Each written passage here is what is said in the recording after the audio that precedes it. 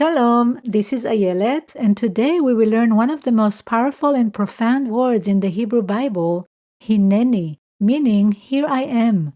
Say it with me. Hi, ne, ni. Hinneni. The word Hinneni is formed from two parts.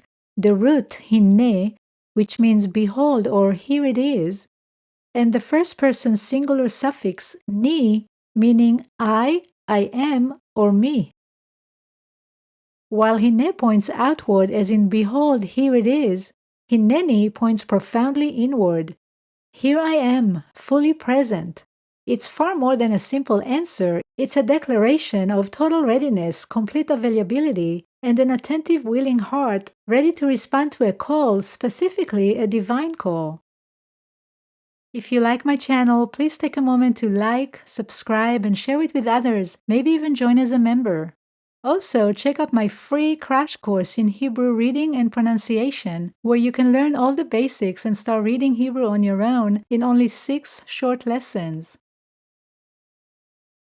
The word Hinneni appears over 100 times in the Hebrew Bible, and while there are slight variations in vowel placement, each time it appears, it carries the same essential meaning of full presence, attentiveness, readiness, and availability, but the weight of the word changes depending on who speaks it and to whom. Sometimes Hinneni is used in ordinary conversation, simply meaning, I'm here, I heard you, and I'm ready to respond. We see this when Abraham responds to Isaac in Genesis 22:7, when Joseph says it to his father in Genesis 37, or when young Samuel hears his name called and runs to Eli in 1 Samuel 3. These are just a few examples. In these moments, the word Hinneni shows respectful attention and immediate acknowledgement. But for the most part in the Bible, Hinneni is used in a moment of divine encounter, where it carries a deep spiritual weight that goes beyond the simple declaration of one's location. When spoken to God, Hinneni is a powerful declaration of submission and trust, often given before even knowing what God is about to ask. Let's look at some examples. When God calls Abraham in Genesis 22:1, before the binding of Isaac, Abraham's immediate response is Hinneni, signifying his total availability before he even knows what God will command him to do.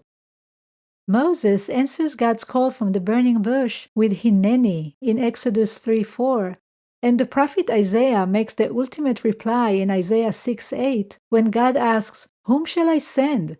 Isaiah responds with Hinneni, send me.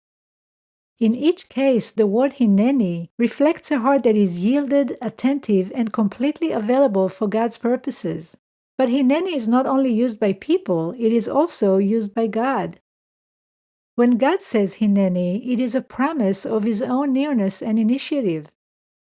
In Isaiah 65:1, God declares, Hinneni, Hinneni, here I am, to a nation not called by my name. He is not responding, but he is asserting his presence, declaring, I am here for you. Whether it's respectful attention between people or profound surrender before the divine, Hinneni always expresses presence and readiness. For us as believers, saying Hinneni is a powerful act of faith. It's both a declaration and an offering. I am fully present, listening, and ready to act for God. It means being ready to serve without reservation, with complete trust and obedience, offering ourselves fully to God even when the challenge ahead is unclear.